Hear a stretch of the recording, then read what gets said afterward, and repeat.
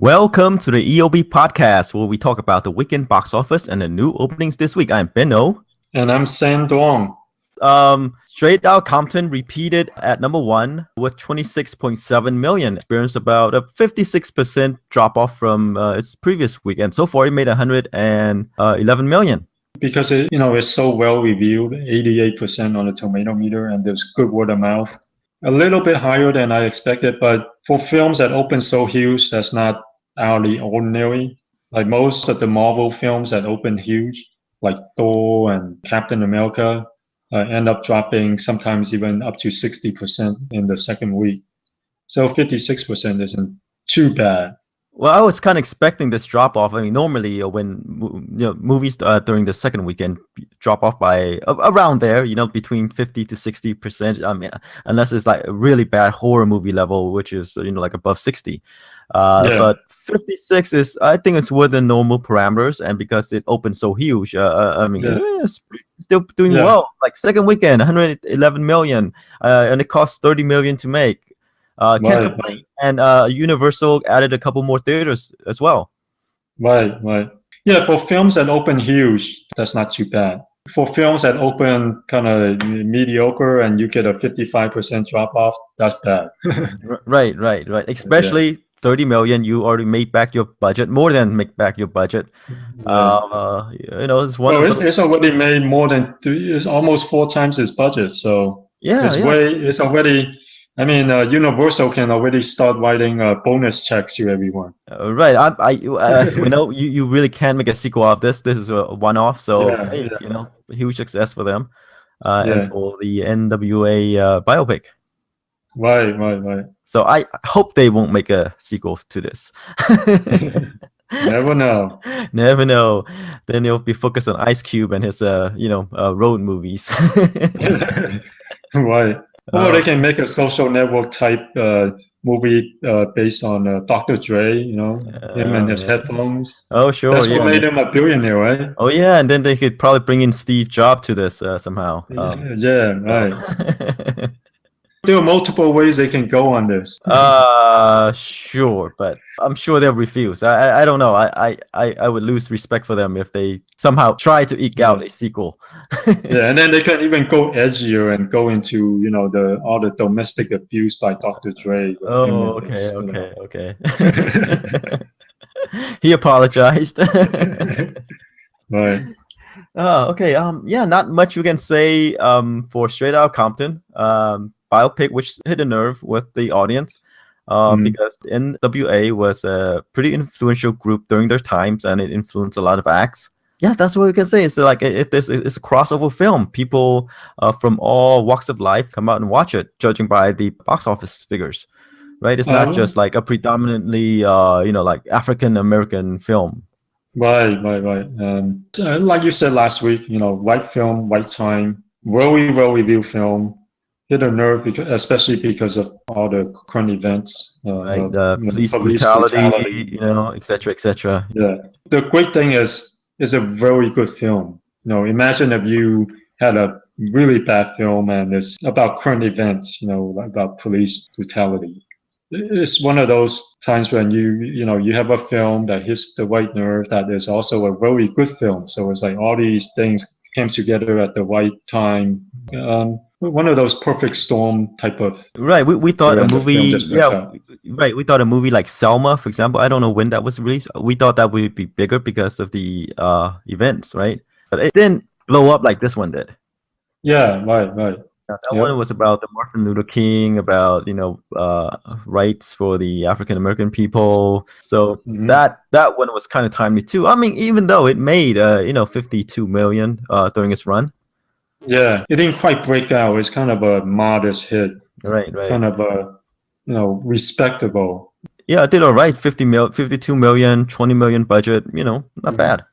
But it's not the breakout success that Straight Outta Compton is. And that's kind of interesting because back then when it came out and it wasn't as big of a hit as people were expecting at the time. I read some analysts who said that, hey, Martin Luther King, I mean, sure, everyone knows who he is. He's respected, but people aren't as excited about him. anymore. He doesn't bring people out. I'm not quite sure what it is. It's just people know who he is. People know what he did in American history. But for some reason, even though it was a solid film, people didn't rush out to see it. Let's be honest, right? Martin Luther King doesn't have the bling, doesn't have the lifestyle. Music, women, drugs, Right. all those things. Right. And That's and there have been many biographies on Martin Luther King, so many books on it. Mm. Like people already know about the Martin Luther King story, because we have been so exposed to it. But Straight Outta Compton is not something that everyone knows about. I mean, people heard of it, but they don't. Not everyone knows about their entire story, how they became who they are, and how they became so influential, and all that stuff.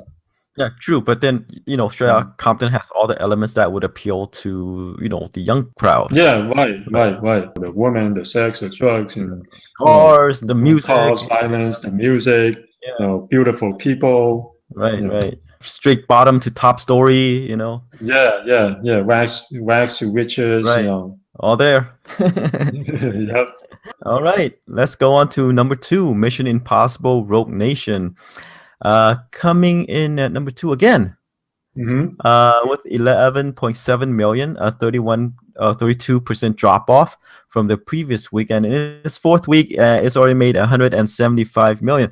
And like you say, 175, no, 100. 158. Oh, I'm switching the numbers. 158 million. Okay.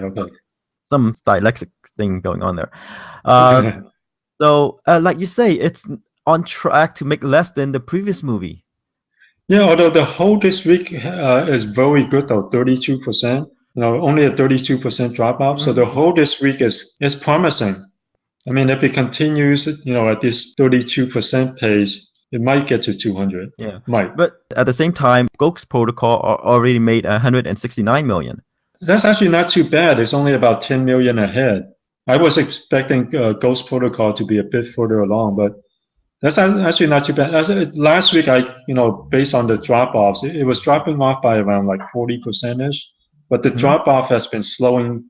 This week is really good, only 32%. So maybe if the drop-offs continue to be 30%, it actually has a good chance of getting to 200. And if it gets to 200, that's pretty good because, Ghost Protocol, very well reviewed. A lot of people liked it. I think it made 209. If it gets to 200, that's another very good outing for Tom Cruise and for the franchise. True. I mean, if you look at the release schedule, Mm-hmm. you don't see anything that would threaten, its position. Mission Impossible Rogue Nation. That's there, good. that not a lot of movies that you would say, oh, let's go watch that instead. If you haven't already seen it, and if you want to see it. So Maybe, not a lot of maybe possibly No Escape, but hey, I'm not sure how much of a draw Owen Wilson is anymore. But we'll talk about that later. No Escape. Yeah. Okay. Yeah. We'll get to it. We'll get to it. Let me see. Worldwide is at 439 million, and it hasn't been released in China yet. Let's see. Worldwide Ghost Protocol is at 694 or 95, depending. Ghost Protocol, Ghost not Protocol, not Rogue Nation. Rogue Nation right now, I should say, is at 438 million. So and China is looming. I'm not sure if it can make Can it make over 200 million in China? It's very possible because I think Ghost Protocol did really well in China. It made like over 100 million. At the time, 100 million is a lot in China. Right. China's box office is still growing.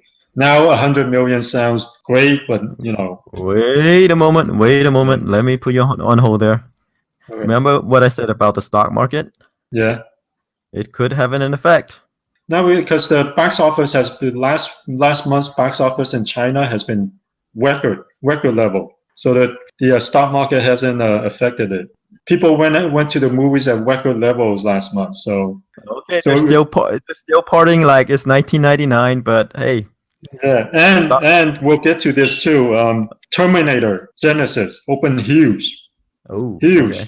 Okay. In one day, it made 25 million. In a single day, Terminator Genisys has already nearly equaled its opening during its entire weekend in the U.S. So it's going to be massive in China, which means we're going to see the next two sequels. All right, not just one, but two. Yeah, two. Okay. All right, all right. Maybe we'll get to it more, or maybe not. Yeah, right. All right. Yeah. So Mission Impossible 2, although it's lagging Ghost Protocol, but not by much. Yeah, so it's slowly catching up, which is good. I'm not sure if it'll catch up, but judging by the drop Yeah, off, but even though it's still making less than the previous movie, still pretty decent. it looks like it's on pace to do 190, and if the drop offs continue to be in this low 30% range, and like you said, there's not much competition in the upcoming weeks, it could get to 200. And if it gets to 200, that's within striking distance of Ghost Protocol. We'll see if we Okay. can get to 200. All right, let's move on to the number 3 spot, which is taken up by Sinister 2. One of the three new wide releases over the weekend. Right. And it made about 10.6 million over the weekend. You said it'll make 20. Mm-hmm. I was way off. Way off. I'd say it will make 15. We were both way off. It hasn't done as well as the previous sequels. Under the Jason Blum brand, or the sequels started by James Wan. Yeah, here's what I noticed is that sequels without the original people actually usually do less for these horror movies. So the first one starred Ethan Hawke, the second one didn't really star any, well, except these people, but pretty much B-listers. Yeah, so what you said last week is right, that hey, Ethan Hawke, maybe Ethan Hawke does add some star wattage to it, because here's a guy who gravitates towards indie quality films, and then decides to do a horror, so he kind of adds some cachet to it, some respectability. Right. So if Ethan Hawke, an award-winning actor, is in this, hey, might be something to this. Or maybe Jason Blum has some really compromising photos of Ethan Hawke and got him in.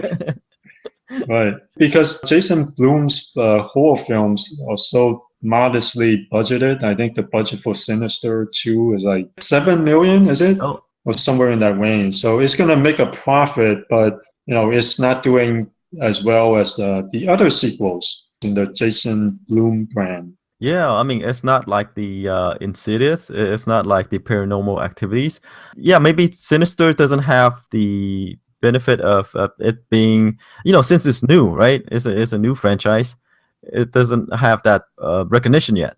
The first Sinister did as well as the first Insidious, but the second Insidious, James Wan returned and it did even better. So it's not that this one doesn't have the first film didn't have the recognition. It's probably because, like you said, there's no Ethan Hawke, there's no James Wan, but Insidious 3 still did okay regardless. So I think maybe this one just kind of suffers in quality. Maybe. It wasn't as well reviewed. Sinister 2, 12% on the tomato meter. I think the first one was decently well reviewed, I think. Yeah, the first one scored 62% on Rotten Tomatoes, which for a horror film is very good.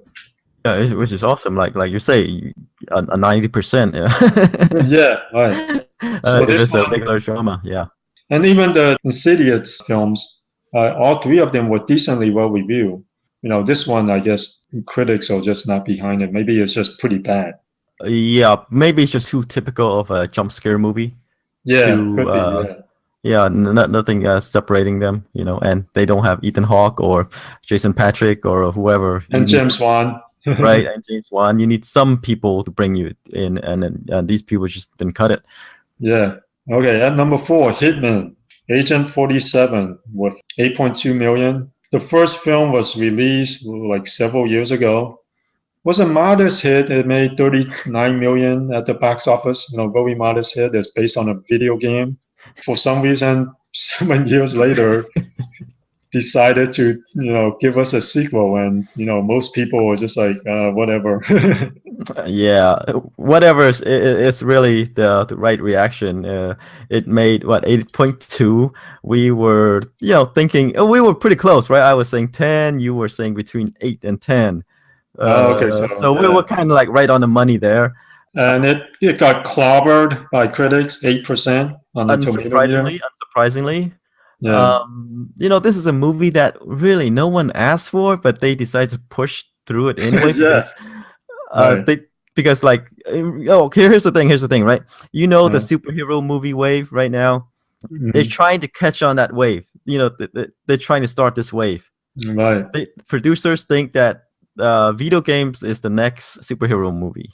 Ah, right, So right. so that's why Even they're pushing through. You're gonna see a lot of bad video game movies coming.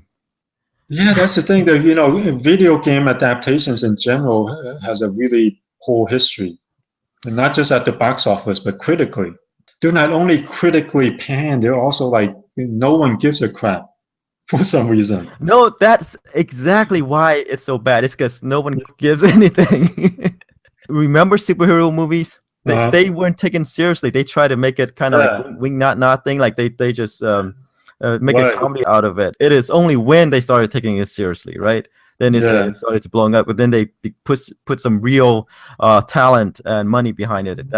yeah. That's when it started blowing up. But this one is like just like the early superhero movies. Like Hitman 47. So okay, let's throw in some characters. Let's throw in this brand Mm, and have some explosions and right, right. movie. I mean, that's why we're seeing this until we see starting to see, like Steven Spielberg, making video game characters or some of the up and comers, right? Yeah, And putting some maybe it's real just talent behind this. really difficult because the video games aren't story driven. You have 5 minutes or so of animation in the beginning of a video game, and that's all the story you get. And with comic books, there's this whole history of stories that you can draw from.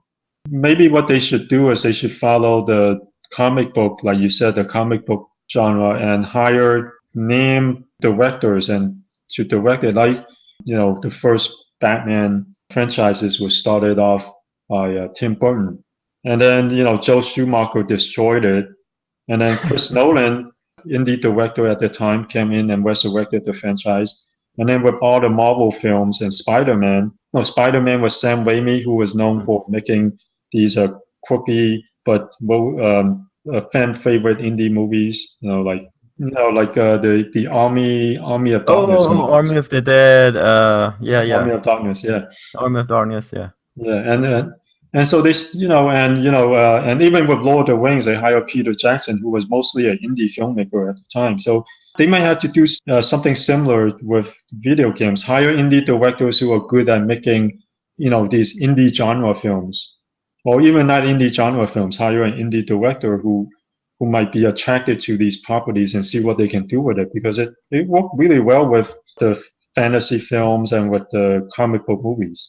The Yep. video game movies, they tend to hire these directors who come.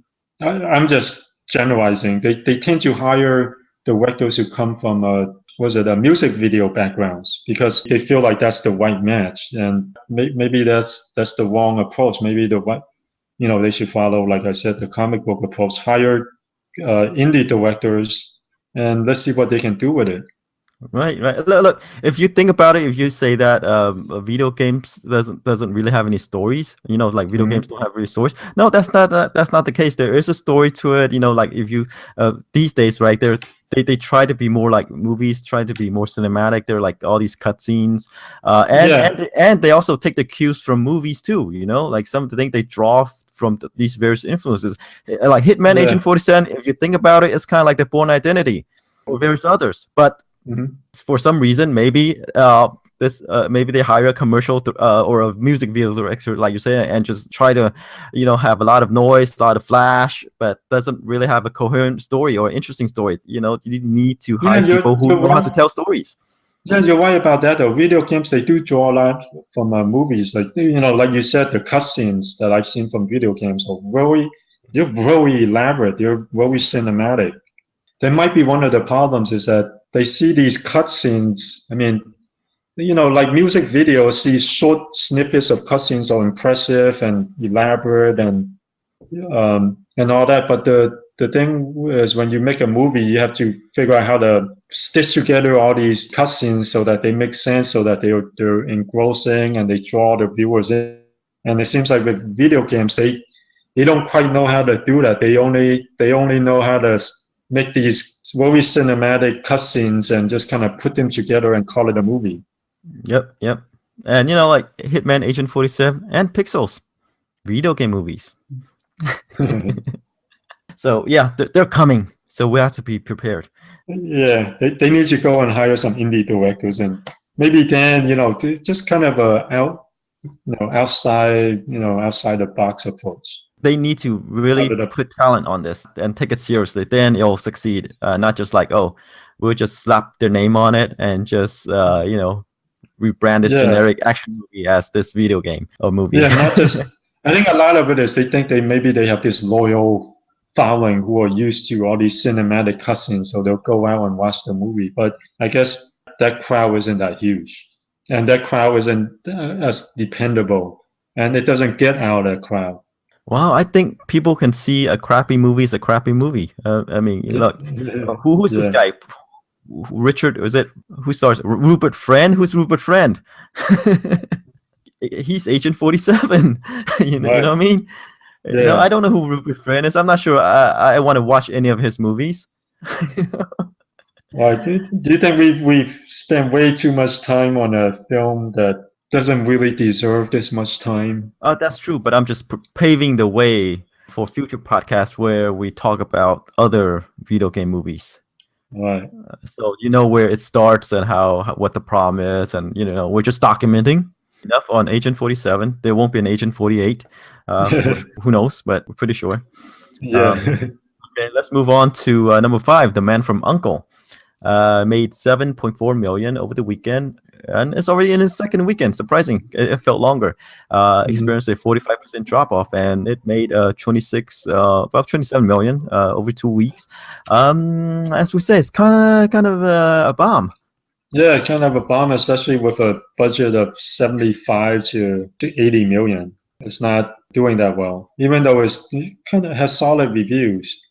And worldwide, it's not much better either. Worldwide, the total is 53 million. So it's going to be a money loser. Well, like we said, Henry Cavill, Armie Hammer, 2 of the blandest guys to appear on screen, and they're together in the same movie. It has to be a negative somehow. and it's directed by Guy Ritchie, who hasn't directed anything since 2009. That's a bad thing, right? Yeah. I guess even Guy Ritchie can't bring charisma from 2 bland actors. He can't manufacture charisma. I guess, you have one bland actor plus another bland actor, you don't get anything more. You just get a bland movie. It's 0 plus 0 equals to 0. Yeah, exactly. Yeah. Okay, yeah. Warner Brothers hope this would be a franchise, but I don't think there will be another one, right? Oh, no. No. It's no with an exclamation mark. Right, this is a definite no. Yeah. And they'll let this rights lapse to Marvel. I'm sure Marvel owns it somehow. Yeah. Oh, anyway. Even if they let it lapse, I don't think anyone will pick it up. Right. Interestingly, Tom Cruise was supposed to be in it. Yeah. But he dropped off to do a Rogue Nation, which happens to shoot around the same time. I guess good choice. It's coming out around the same time. It was shot around the same time. So judging by the box office, made a better movie. Yeah. Although, you can see that he done The Man from U.N.C.L.E. With Guy Ritchie and either Henry Cavill or Armie Hammer. It might have done, decent, because then you actually have someone who has, actual star wattage. And right. Which we say is the problem with The Man from U.N.C.L.E. No wattage. Yeah, no wattage, yeah. Okay, let's move on to number 6. Mm-hmm. American Ultra, which is this kind of indie spy thriller from Lionsgate that stars Jesse Eisenberg and Kristen Stewart. It pulled in 5.5 million. We said it would do, at least I said it would do 10 to 15. You were right on the mark with 5. Oh, okay, so I'm good. I'm surprised it wasn't better reviewed. 46% on Rotten Tomatoes. I was expecting it to do better there with critics. Especially with Jesse Eisenberg, who's been in all these great movies, indie movies. I was expecting it to be better review, but I think with someone like Jesse Eisenberg, it has to be a well-reviewed film because that's kind of people know him for. He can't if he's in a poorly reviewed film. I don't think that can do well. No, because he doesn't have a mainstream draw. Right, he's really an indie actor and a character Yeah, actor. Like he is yeah, not the guy to yeah. bring people in. The same can be said of Christian Stewart. Well, Kristen Stewart, she's gravitating towards indie material, but I don't know, she possibly, I mean, because of the Twilight films, could have a mainstream draw, but this isn't the kind of movie that fits her image, the Twilight image. So this is really two guys in an indie film being marketed to a mass audience. Let's back up to Christian Stewart a bit. I mean, besides the Snow White and the Huntsman movie, I mean, Twilight is pretty much a given, right? I think you can put any actress in that role, and it'll do well. I don't know. The thing with something like that is these things is harder to make right than people. I mean, like some people think, like with action movies, for instance, hey, you throw in a muscle-bound guy and you're gonna get a hit. But no, it doesn't happen that easily. It's kind of very hard to find, Arnold or Stallone. When you have an Arnold and Stallone and it works, it makes it seem like, oh, it's so easy. But then all the other studios try to create their own action heroes, and and still at the time in the 80s and 90s, we only have Arnold and Stallone, which kind of points out like, hey, it's not that easy. And Hey, don't Kristen forget Van Stewart might Damme. be, You gotta put in oh Van yeah, Damme. yeah, Van Damme, and Steven Seagal. They kind of have their days, but they weren't nearly as big as Arnold and Stallone. They kind of had their niche. Yeah, so I think when it works, it looks easy. It looks like, hey, you can put any girl there, but it's not as easy as it looks, is what I'm Okay, saying. okay, Yeah, I'll give you that. yeah, But I'm just saying, like outside of the Twilight movies, and she yeah, only has one big hit, outside the Twilight movies, and that's Snow yeah. White The Snow White. Yeah, and Huntsman. And yeah. other than that, her other movies didn't do quite as well. Well, that's I think that's more of a choice though, because she's gravitating towards more indie movies than mainstream movies. And when you make indie movies, there's a ceiling to how much those movies can make. And when you make a mainstream movie like Snow White and The Huntsman, the potential is a lot higher. It seems like it's more of a choice with her. Well, true, and I'm not trying to draw anything out of this, but I'm just saying here's more data. It's Snow White and the Huntsman came out when like the Twilight series is going strong. Mm-hmm. So there's that. So there's Halo, yeah, I think. well, I wouldn't write her off unless she does another mainstream movie and then it bombs or disappoints at the box office. But I think American Ultra looks and feels like an indie movie and is marketed towards a mainstream audience and is doing somewhere in the middle. So 5 million is kind of low. yeah, it's kind of low, but at the same time, American Ultra doesn't look like a very high budget movie. True, but it's for a movie that's marketed toward the mass audience. 5 million is pretty low. Disappointing. Yeah, it's it is. disappointing. Yeah, it is disappointing. Yeah. Especially like, hey, Christian Stewart is in it. Yeah, right? Kristen Stewart and Jesse, Eisenberg. Yeah, right. Those names should potentially give you 10, 15, right? Like I said. Yeah. But yeah, it made 5. And you have a stoner movie and a Born Identity, stoner movie genre. Right, and last podcast we said, hey, we're gonna have a good time, but no one's having a good time. Right. Yeah. That critics, it has a B- cinema score, which we know is pretty bad. Yeah. So that's kind of like a D-. Right. So it doesn't look like anyone's happy with it. Right. Not enough smoke, maybe. Yeah. Well, maybe if they go 4D on this, and pump out some smoke, people would enjoy it more. But then you could put anything on if you go 4D. Yeah, that's true. Oh, that's cool. The colors. Anyway. Right. Hey, we're back to having a good time. Hey. Maybe it's the smoke. Yeah. All right, let's move on to number 7. The Gift.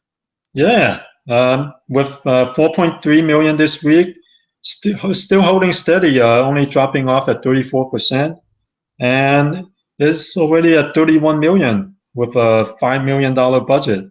It'll definitely get up to 40 now. But whether or not it'll hit 50 million, if this film can hit 50 million, that's just like a major blockbuster almost. Right. With such a low budget, and I don't think anyone expected much of it. So it's a pretty good outing for Joe Egerton, actor, Yeah, Joe director, Egerton. Yeah. writer. Right. No, he wrote, directed, and starred in this. Yeah, along with Jason Bateman and Rebecca Hall. Yeah. Like people you wouldn't expect to see do well in. Well, this is an indie movie, right? Too, but it's kind of like came out of nowhere. People, Yeah. like you say, weren't expecting much of it, but then it overperformed everyone's expectation. Yeah, and it's really well reviewed, like 92% on Rotten Tomatoes. Right, and it's surprising given how generic it looks, right? Yeah. Yeah, when I It's saw the trailer, I was like, I don't really have any interest in seeing this. And then I see the reviews and how well it's doing at the box office in relative terms. I want to either check it out in theaters or watch it on video. all right. Let's move on to number 8. Ant-Man made about 4 million over the weekend. Pretty good drop off, a 25.6% drop off. And in a 6 week, it's already made 164 million. Of all the films in the top 10, it had the lowest drop off, which is pretty impressive. At its current weight, 25% or 26% drop off, it's at 164 million. It could get to 170 right now it'll definitely get to 170. It might even get to 180, which is how much the first Thor and the first Captain America were only in the high 170 range. And this looks like it's going to get there. And this is a third-tier comic book character. Question time. Yeah. Do you think the general audience know who Ant-Man is? And do they really care? No. That's what I thought. I didn't know who Ant-Man was. I didn't care. And then boom, it's doing, it made the same kind of impact as these first-tier characters like Thor and Captain America. Right. So these tier is only by people who knows who these tiers are, right? I mean, for the general audience, hey, we don't know who Thor is, we don't know who Captain America. Well, they kind of know, but yeah. Hey, and there's the Ant-Man. They don't know where in relative terms these characters stack, right? Yeah. So, another superhero movie. It looks like it's gonna be good. Let's watch it. Yeah, because it's part of the Marvel brand. Right. If they don't know who these characters are, hey, there's a potential. They could add on more other obscure characters and it'll do well. Yeah. Now, the Marvel brand is so it's such a reliable brand now. People see the Marvel name and they think, oh, this is gonna be good. The fact that Ant-Man can do so well as Thor and Captain America, Marvel's doing really good, doing really well. Right. So we couldn't use third tier character or fourth tier character anymore. When Marvel come out with a movie, right? Which is okay, another superhero movie about this character in this situation. Let's see how it stacks up against the other superhero movie. Right. It's pretty impressive. At this current way, it might do better. It might even do better than the first Thor and Captain America. And maybe this is one of the rare movies that the world is not in trouble. It's not at risk of destruction. Oh yeah, falling apart. Right. It's a superhero film, but I read that it's a heist film. It's about, which kind of makes sense now. Ant-Man, he's tiny, breaking into a bank, makes more sense now. And like you said, it's not an end of the world, mass destruction, buildings being blown up. It is kind of different. Right. This is kind of like The Gift compared to Rogue Nation with the other superhero movies. Like the stakes are not that high. The world's not getting blown up. Maybe that's why it's doing so well too. It's like different enough. Plus, I also read that it's more of a family film than other superhero movies. Some people have mentioned Honey, I Shrunk the Kids, especially with what's that train? Thomas the Train. Right. So especially with sequences like that, is a more family friendly film. So maybe that's why it's holding up that well, because adults can finally bring their kids to see a superhero movie and and have them be entertained. Yeah, maybe that's what's propping it up. Yeah, and the family crowd is very reliable, and kids always want to see films multiple times. All right, speaking of family films, number 9, Minions. Made 3.7 million, experienced a around 28% drop off from its previous week. It made 320 million in its 7th week. And with a budget of just 74 million. Right, which is the amazing part, 74 million to make.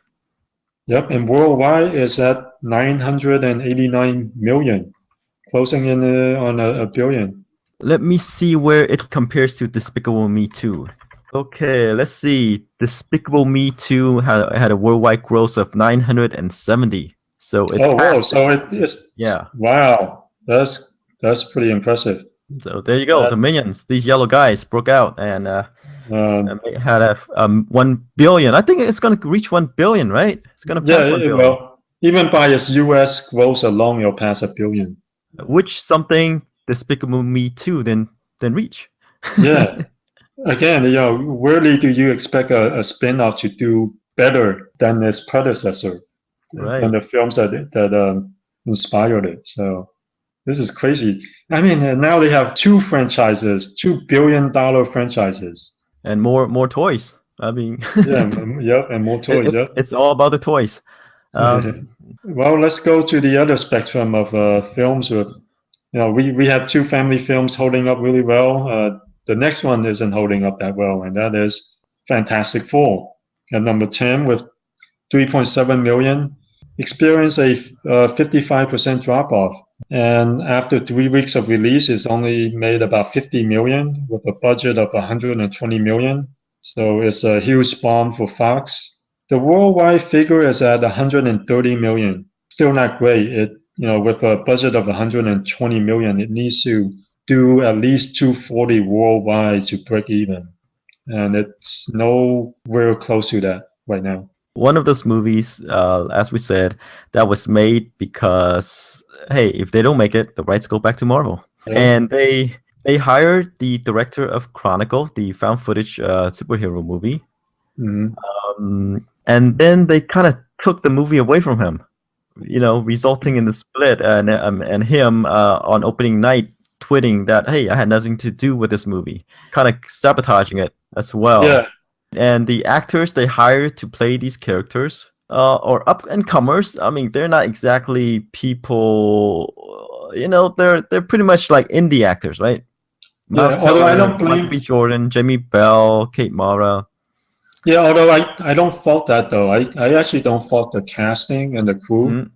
I think I fault the actual production, because when you think about it, the first Iron Man, they hired Robert Downey Jr., who was in a lot of trouble, with his personal life, and who's really only known as an indie actor. And the director they hired, John Favreau. Yeah, John Favreau was at the time also known as an indie director, and he was an actor as well. Yeah, and an indie actor as well. No, with Fantastic Four, they followed. They had an indie director, indie actors. I thought that was solid. The only problem is sometimes they don't work, and in this case, they didn't. One of the problems is probably the studio didn't completely trust the director's vision. When I saw the movie, it did seem like 2/3 of the movie. After 2/3 of the movie, the Oscar, like I said in previous weeks, the Oscar music came on and they kicked him off the stage. All right. They Kanye West him pretty much. They kicked him off the stage, and then the studio just threw in this big battle at the end and called it a movie. It's like, okay, we're running out of money. We need to end this now. So let us take over. Yeah, like I said, the game changed since Marvel appeared. You can't really just throw like people with powers on a screen anymore, and have it be like one of those WWE matches. Like mano a mano, whatever. Just fight one-on-one. I think it has to be more now. So I think part of it is, I think some studios think, because Marvel actually did, in addition to a decent story, the first couple Marvel films were, for the endings, were kind of like WWE. Like you have Iron Man fighting against a bigger Iron Man, pretty much. Mm-hmm. And even the Hulk, he the Hulk fights the Abominable, which is just another Hulk. I think the great thing with Marvel is they have these stories that build up to this big matchup at the end. With Fantastic Four, they built it up, but it wasn't built up for for this big matchup. And when they have this big matchup, it wasn't a big matchup. It was just five guys in front of a blue screen. Wait, so you're saying that I got it all wrong? That its failure is because it's not like WWE? It's like they didn't do enough build up. They didn't trash talk each other enough. Is that what you're saying? Right. There wasn't any trash talking. Okay, all right. There weren't enough trash talking. Actually, you kind of hit the mark there. The big battle between the good guys and the bad guys. To build it up to the end. They just kind of fought in the end. Oh, okay. We fight, but we have no reason to fight, kind of thing. Yeah, kind of. It's a pretty lame reason that they fought. I'm not ruining anything. I mean, Doctor Doom, he's kind of a decent guy throughout the whole film. He wasn't that bad of a guy, and he was kind of friendly with the Fantastic Four. They went into this alternate world, and crap happens, and he was, left behind. Not because these people willingly left him behind, just because he fell off a cliff, so there's nothing much that any of the other people can do. And then suddenly he hates everyone, and he wants to destroy them. It wasn't like Iron Man where there's this huge build up to this good guy and bad guy, and they have a mano at the end. Right. Okay. All right. And of course, the obvious question is, will it, won't it? Right? Will it go back to Marvel? I think it will. At this point, I don't see Fox cranking out another sequel because they lost so much money on this one. Mm-hmm. So because they're not making another one, the rights will go back to Marvel. They have almost no leverage at this point. Yeah. Hey, let's talk about Terminator Genisys. Okay, Terminator Genisys, the movie that made 89 million in eight weeks. Looks like, I don't know, it might do 90 here. 89, 90, yeah. It doesn't move the needle much. Right. Okay, then let's move on to what you want to say about Terminator Genisys. Because it is such a disappointment in the US, critically and at the box office. They have 2 more sequels planned. But because it did so poorly with critics and so poorly at home in the US, there were talks about the studio possibly abandoning the planned sequels. But worldwide, before China, worldwide, they made 320 million, which is pretty good, even with a budget of 155 million. That's twice budget. It opened in China yesterday, and it made, including midnight screenings, it made 26 million, in a single day. That's as much as the film made in its entire opening weekend in the US. It's doing gangbusters in China, and right now, there's no question that we're going to see sequels, just because it opened so well in China. Genisys, for the total worldwide figure, it's getting 75% of its money overseas. It'll make at least another 100 million in China. It could possibly make 200 million in China. Wow. The overseas market definitely pushed it over the edge for sequels. Okay, so that's it for Terminator Genisys. Let's move on to openings. Right. What do we have this coming weekend? Let's see. We have No Escape, which opens on Wednesday. The movie A Thriller, starring Owen Wilson and Pierce Brosnan. Mm-hmm. Yes, and Lake Bell. And then we have We Are Your Friends. Kind of an interesting film. I mean, yes. We'll talk about more. It stars Zac Efron, Emily Ratajkowski, Wes Bentley, and John Berthal. And then Ballroom, drama about faith. Another Christian movie. Yeah, exactly. Except it's targeted demographic, or is the African American audience. Mm-hmm. Yes. I'm curious to see how it does, because most of the faith films that we've seen so far have been mostly kind of has like Caucasian characters. This one is is focused on the African American audience, which is a very reliable audience. So I'm curious to see how this would do. I feel this movie is one of those blips that's primarily targeted toward the Christian audience, or people of faith. It's gonna do relatively okay, I guess, in in one of those southern states. But like you say, it has it's targeted toward the reliable African American audience, which often front load the movies. Mhm. But it's only released in 1,000 theaters. I would do, I don't know, five. Yeah, and Straight Outta Compton is still out there and it's still doing really well. Well, two different movies. Yeah, two Really. completely. Yeah, I mean, if you're the audience for War Room, you wouldn't want to watch Straight Out Compton. you might. Yeah, We might, yeah, sure, sure, sure. I know, but yeah. Definitely in terms of family-friendly content, it's right. In terms of polar values, in terms of opposite. Yeah, right, in terms of polar values, it's the opposites. polar opposite. Right, right. Yeah. So 5 million. Yeah, I'm kind of there too. I'm not quite feeling it. Which is pretty good for a movie that's released in like 1,000 theaters. Yeah, and no, with no known actors, it's probably a very cheaply produced film. That's all I want to say about War Room. Yeah, let's move on to We Are Your Friends. Which is an interesting movie. It's weird that they promote the film as, when you see the TV spots, WAIF, the initials of We Are Your Friends. Here's the thing. Zac Efron kind of like his previous movie, Uh, which is Neighbors, uh-huh. kind of that gears toward the college crowd, right? Yeah. This one he seems to 10 younger, right? If he was black, this would be kind of like Straight Outta Compton.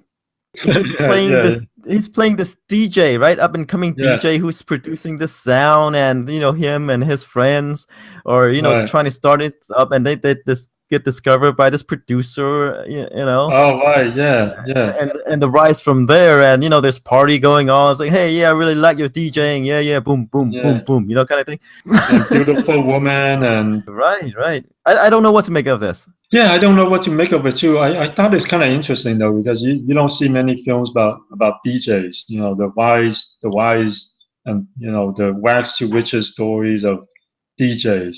That's kind of interesting to me. And the other thing is Zach Efron, is actually fit this role pretty well. Here's the thing: Zach Efron has been pretty reliable at the box office, even if he's not with Seth Rogen. I think his films were opening in the like 17 to 18 million range, with the exception of, his occasional foray into indie films. He actually has a draw at the box office, a reliable draw. Teenage girls do rush out to watch his films. I don't know. I wonder if it will continue in his streak. Although it's not a very wide opening though. It's not, but it's kind of a weird movie. This one, Yeah, I it is felt, kind of a weird movie. Yeah, yeah, advertised toward the teens, like really young. The yeah. fact that they are, like you say, doing this movie advertised as WAYF, wave, like a Twitter Mm-hmm. friendly thing, Mm-hmm. acronym, right? They're targeting is toward the really young. I felt that there is a disconnect between what they're trying to do and their audience with this movie. And the interesting thing is, of all his mainstream films, this is the lowest theater count I've seen so far. So it doesn't seem like you said, there is some kind of disconnect, and maybe the studio sees it too, and maybe that's why they're open. Yeah, so they're not opening that wide. So maybe it won't do as well as other, Zac Efron films. So what are you thinking? What are you think? Oh yeah, I'm thinking 10 million. 10 million? That's where I'm at too. 10 million. Oh, okay, all right. We're kind of agreeing here. Yeah, I don't see this weekend as big. We're at Yeah, the tail end of summer, and it's gonna be slow from here on out. right. I don't see We Are Your Friends doing that well. Mhm. War Room definitely not. I mean, relatively speaking, right? Yeah. War Room could be made for like really cheap. Okay, so we both agree on 10. We'll see how it will do, but I just don't feel it. And I think from the messages, I don't think like the studio think this will reach as a mass market movie or Warner Brothers, right? Or else it'll be releasing in more theaters. So this is our second take on No Escape Okay. because I forgot to press the record button. All right. Okay. So No Escape. I've seen. Well, here's the thing. Owen Wilson hasn't headlined a movie in a long while. So I'm not sure if he still has any kind of draw at the box office. But in the past, he has done well with these thrillers, and I can only name one, which is Behind Enemy Lines, which back in the day opened to 19 million and eventually made about 58 million. So he has done well in these action thrillers. Adding Pierce Brosnan, has done well on an indie level, just respectability, not like commercial successes in thrillers and drama. So I'm 15. I'm going optimistic. How about you, Ben? Okay, so you're going 15. I think I'm going to go with 10, a bit lower, because this week's new releases in general kind of confounds me. I felt that like targeting all these weird audiences and the message is not clear. You know, with We Are Your Friends, they're going lower, but he's starring this older group of guys, and you know, and it's about this DJ. Oh, No Escape is this. I feel like it's kind of like a straight to video thriller, which happens to Okay. star Owen Wilson and Pierce Brosnan. Mhm. And your data point about Owen Wilson starring in a thriller that happens to do well, but that's just one data point, and it happened at a time when disco was cool, meaning that was a long time ago. Right now, Owen Wilson is more known as a comedy actor. I feel that, and this one is kind of like him starring against type, like him in a thriller will throw people off, and I think that's why they pair him with Pierce Brosnan, who is known, you know, as one of the James Bond actors. But his, like you say, his other movies haven't been doing well outside of James Bond. So 10 is what I So felt. yeah, okay, The 10. weekend, since this movie opens on Wednesday, right? We're not talking about the Friday figures. We're talking about the weekend figures. So, Yeah. me 10, you 15. So you're more optimistic about this movie than I am. So to summarize, No Escape. Ben's going with 10. I'm going with 15. I'm thinking Owen Wilson. Well, with 15, I think the studio will be happy with that. You know, Owen Wilson can still open the movie if it opens to 15 million. Um, and we agree on War Room and We Are Your Friends. With We Are Your Friends, both of us are thinking 10 million, and War Room we're thinking 5 million. So we'll see who's right regarding No Escape next week. Yeah. So we will both be right or wrong in regards to the other two, but it's No Escape where we differ by about 5 million. Right. All right. So see you guys next week. We'll see who's right. Okay. Thanks for listening.